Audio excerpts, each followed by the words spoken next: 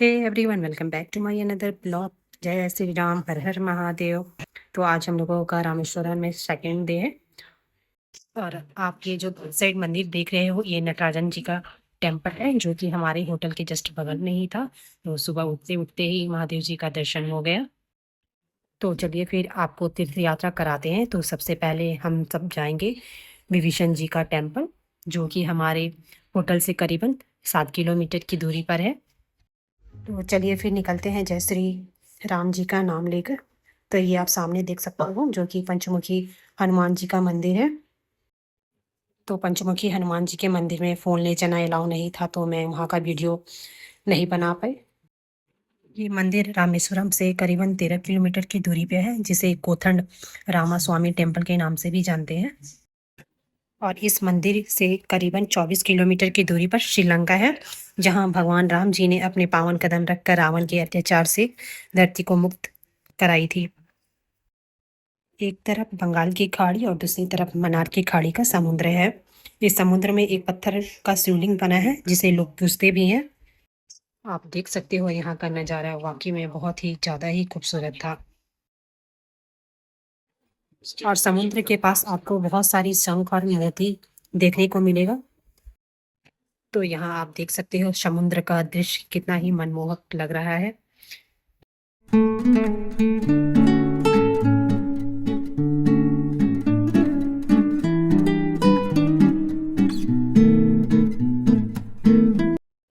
तो हम सब पहुंच चुके हैं विभीषण जी का मंदिर, और आप देख सकते हो बैक साइड मंदिर दिख रहा है।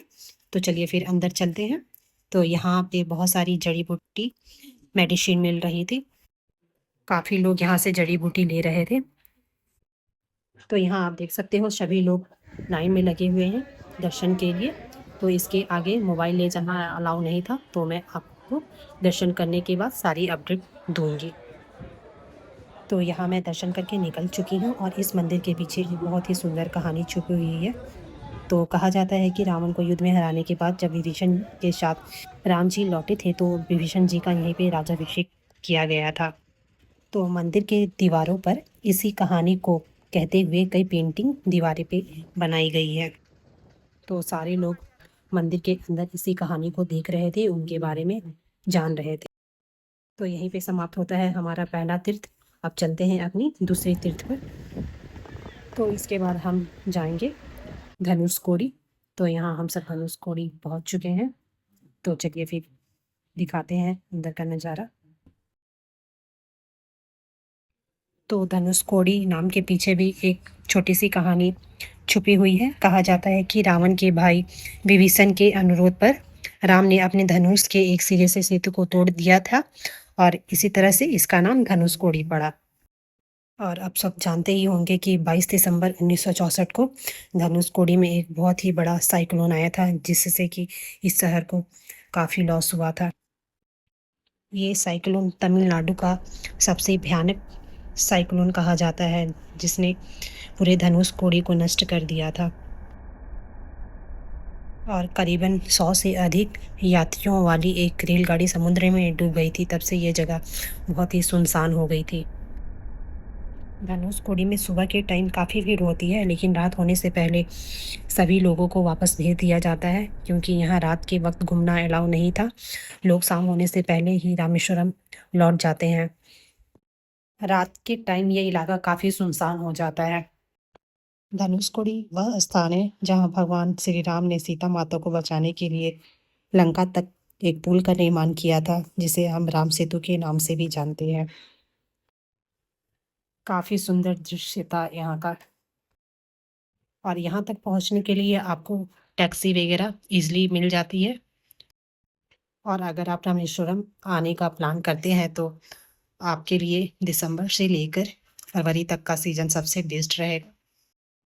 दिसंबर में यहाँ का टेम्परेचर करीबन 35 डिग्री सेल्सियस था, तो काफ़ी हमें प्यास लग रही थी, धूप काफ़ी तेज़ थी।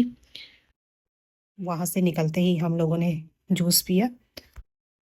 तो चलिए फिर आपको लेके चलते हैं अपनी नेक्स्ट ट्रिप पर, जो कि है राम सेतु।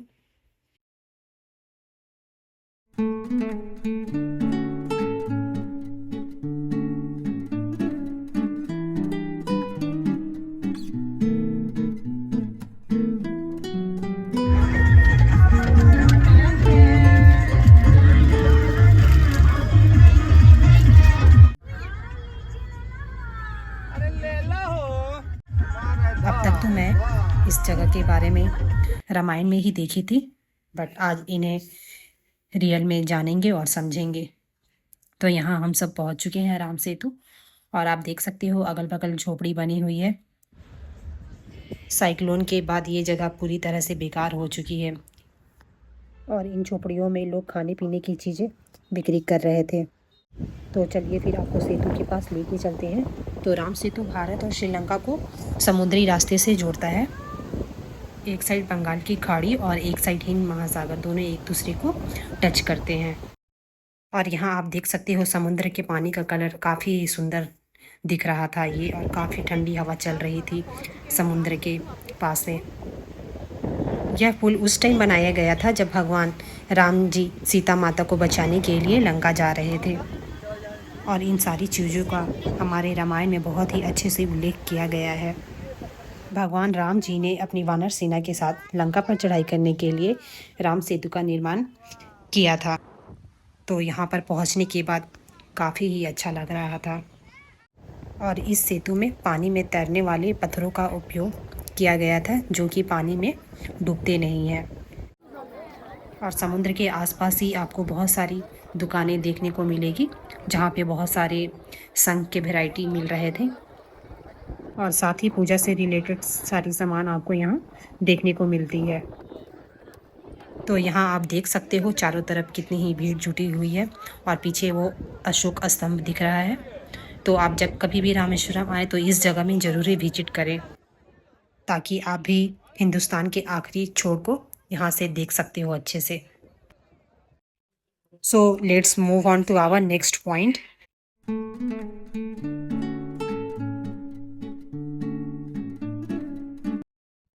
तो नेक्स्ट अब हम कुछ लंच वगैरह करेंगे, काफ़ी ज़ोरों की भूख लग चुकी है।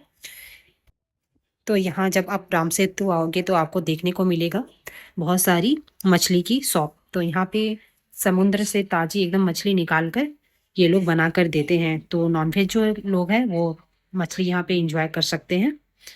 एकदम ताज़ी मछली बनाकर ये लोग दे रहे थे। वैसे मैं तो नॉनवेज नहीं खाती हूँ, बट यहाँ पे मुझे वेज में सिंपल सा राइस और रसम मिला था। तो राम सेतु विजिट करने के बाद हम सब पहुँचे थे रामर पदम टेम्पल।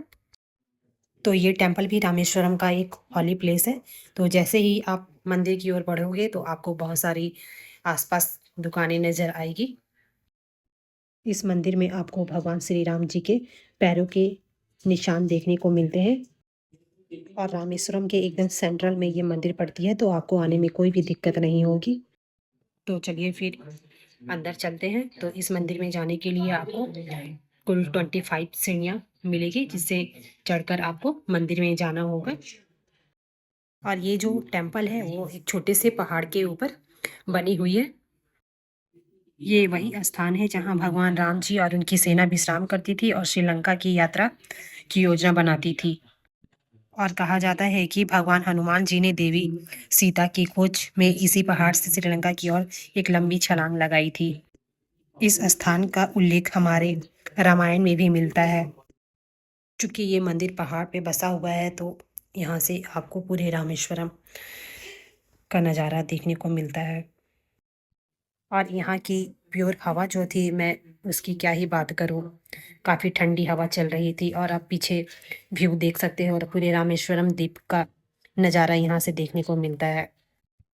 तो यहाँ हम सब दर्शन करके बाहर निकल आए थे। तो चलिए इस वीडियो को यहीं पे समाप्त करते हैं और मिलते हैं एक नए वीडियो के साथ। तब तक के लिए bye bye, thanks for watching.